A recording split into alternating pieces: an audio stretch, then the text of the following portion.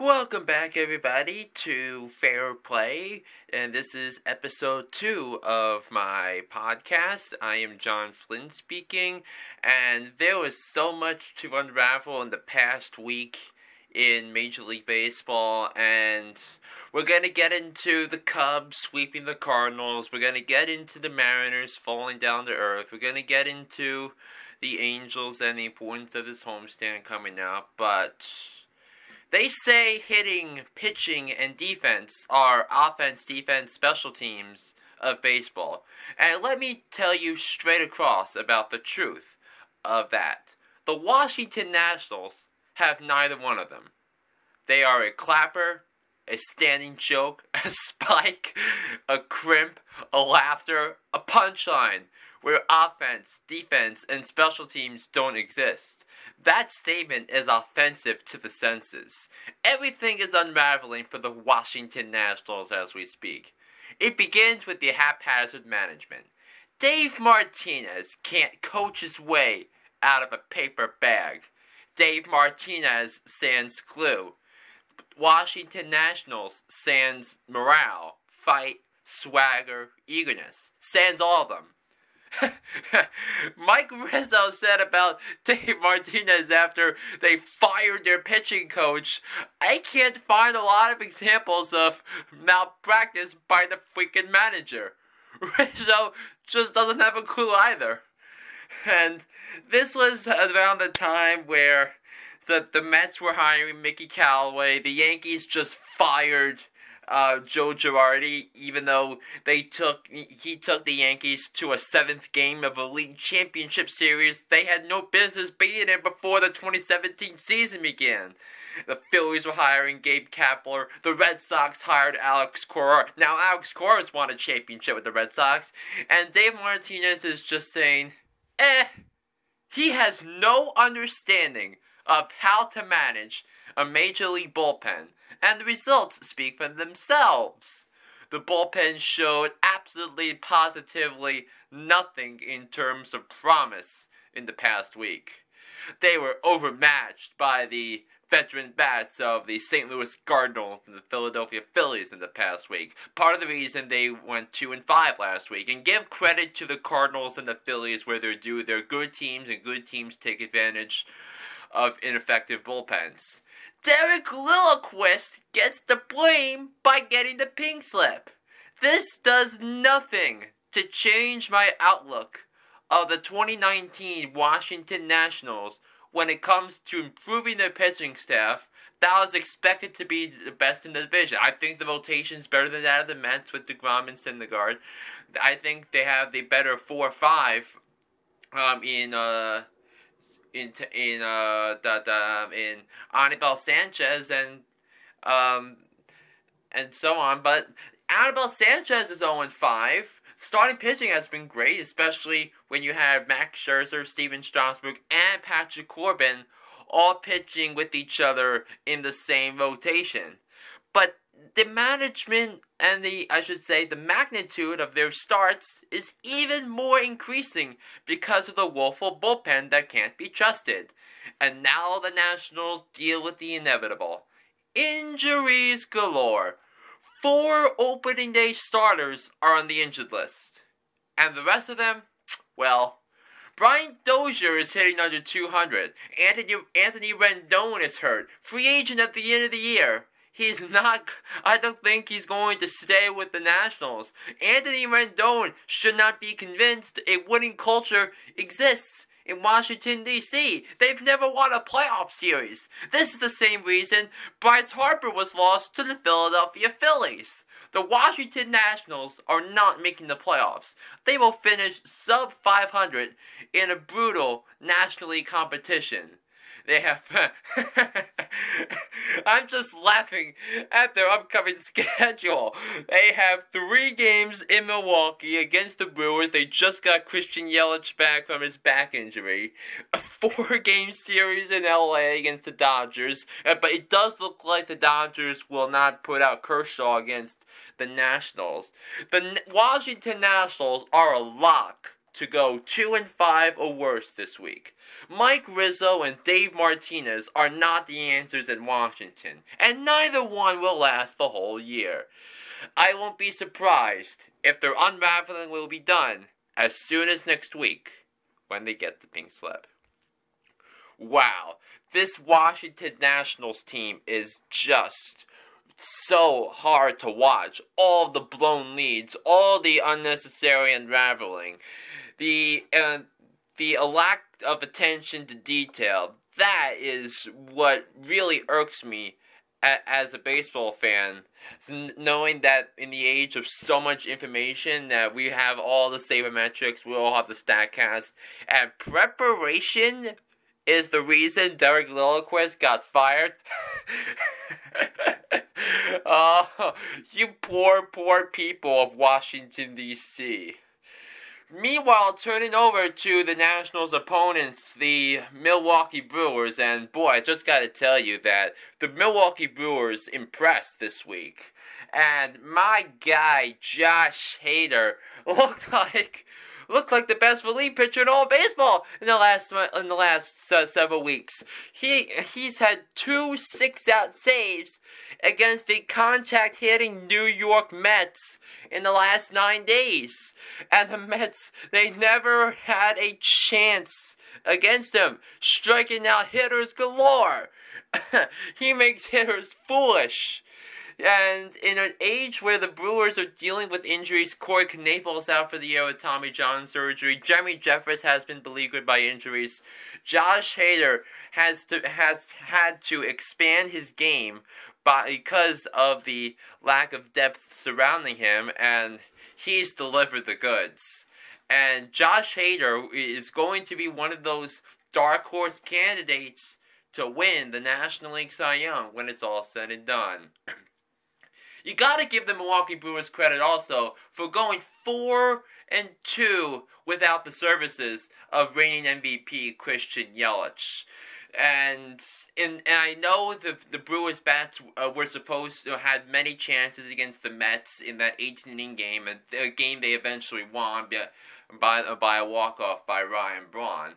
So, but teams are measured by the degree of difficulty that surrounds them, and in the team they faced last year in the playoffs in the Colorado Rockies, and a team that was improving a lot because of moves made by the Mets management.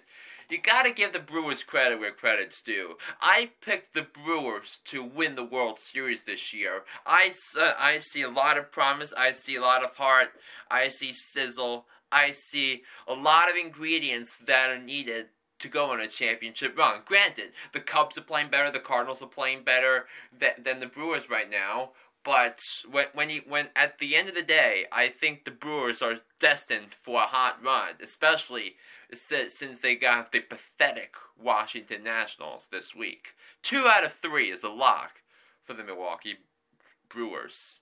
Meanwhile, the Chicago Cubs, wow. I thought the Cubs were a joke and sans clue before the season, and their opening road trip was a thing of messery if you were the Chicago Cubs. And you got to give the Cubs credit that the Cubs squeaked out a 15-inning win against the Arizona Diamondbacks last week. They sweep the Seattle Mariners, who are suddenly reeling, and they go back home and face this raging hot St. Louis Cardinals and cool them. What a job by the Chicago Cubs turning their season around, and given the fans and their culture, I hope the Cubs prove me wrong. I had the Cubs actually winning 80 games as being the victims of a brutal National League. So, but if their pitching continues to show up, if they continue to get contributions from Chris Bryant, Anthony Rizzo, and my guy Taylor Davis hitting a grand slam against the Cardinals for his first big league home run to put the Cubs in a game that they eventually won. And the Cubs pitching has been fantastic. Their hitting has been a complete reversal of what it was the first week of the season, and the Cubs are contenders, man. I was wrong. I was dead wrong on the Cubs. Meanwhile, another team that has suddenly turned their season around, the Boston Red Sox, defending World Series champions. Offense shows up.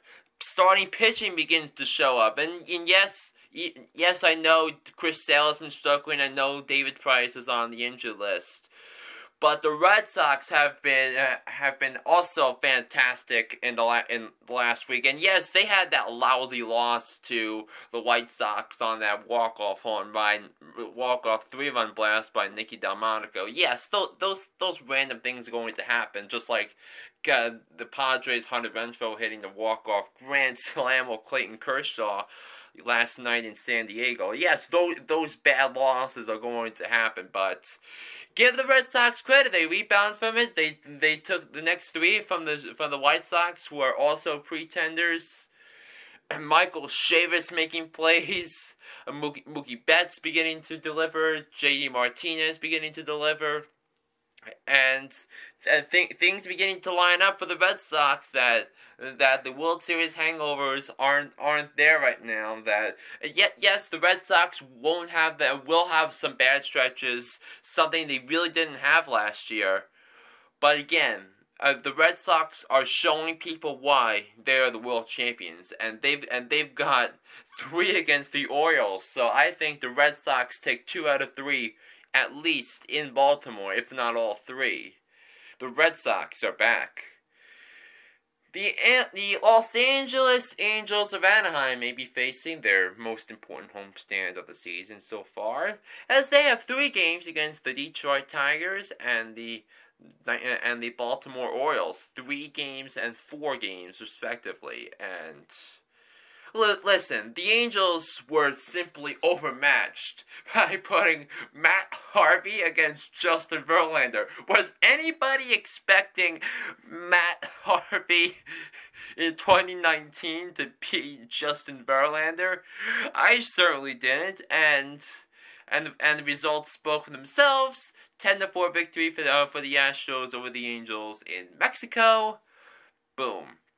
So now what happens? The Angels have the Tigers and the Orioles coming up in their upcoming homestand, and 5 out of 7 is a must for the LA Angels if they want to have any hope of contending with the American League rivals in the Houston Astros. It's actually 6 games, 3 with the Tigers and 3 with the Orioles, but then they have the Twins and then the Royals. I should say road trip actually. So they have the Royals, the Twins, the Rangers. They have a stretch where they can easily climb themselves back into this American League race with a 3-week stretch, but you gotta win. But let's say they have 18 games. They have the Tigers, the Orioles, and the Twins all on the road. Then they come home for a homestand against Kansas City, Minnesota, and Texas. 18 games. They need to go 11-7, maybe 12-6 minimum if they want to contend in the American League West. And it starts with the surrounding pieces of the Angels and how they can support my guy, Mike Trout. And Mike Trout, by the way, has just been a thing of beauty yet again. He leads the majors in walks, intentional walks, on-base percentage. His on-base percentage during his 04s is over 400. This is just amazing stuff. Now Mike Trout could be hitting 290, and yet his on-base percentage could be 471. Who do you think he is, Joey Votto? And the Angels might be our punchline if they didn't have the services of Mike Trout. Mike Trout's wins above replacements 2.6. The next best is David Fletcher. David Fletcher has the second best WAR in the LA Angels. You can't make this stuff up. And David Fletcher has an on-base percentage 120 points lower than Mike Trout. You can't make this stuff up. And look at the other. And Andrelton Simmons having a good year, but Justin Bour hitting 169, Cole Calhoun hitting 215, and Peter Borges hitting 091, and their pitching has been a mess. Matt Harvey's been dreadful. Chris Stratton's been dreadful. Trevor Cahill's been a mess. Trevor Cahill's ERA is 1/100th of a point above Matt Harvey. This is embarrassment. This is an offensive to the senses with the Angels. Yes, they had to extend Mike Trout because they needed the marketing and the company of a good fan base. But I love Mike Trout.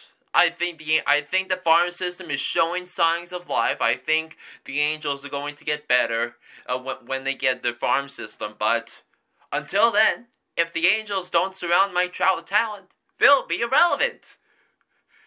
Meanwhile, the San Francisco Giants can't have their own way right now with anybody. Yes, they did have 2 wins against Cincinnati in Cincinnati over the weekend, despite trailing after the 8th inning. And yes, the Reds blew both of those games by their waist tails, but if you eliminate the Miami Marlins from the National League, I'd say the Giants are the worst team in the National League. Yeah, you just look at the ineptitudes all across this lineup. And yes, this is with Madison Bumgarner and Buster Posey. And look, I'm not going to go after Posey and Bumgarner. They're just I believe they're Hall of Fame talents, and even Posey has contacted the offensive ailments.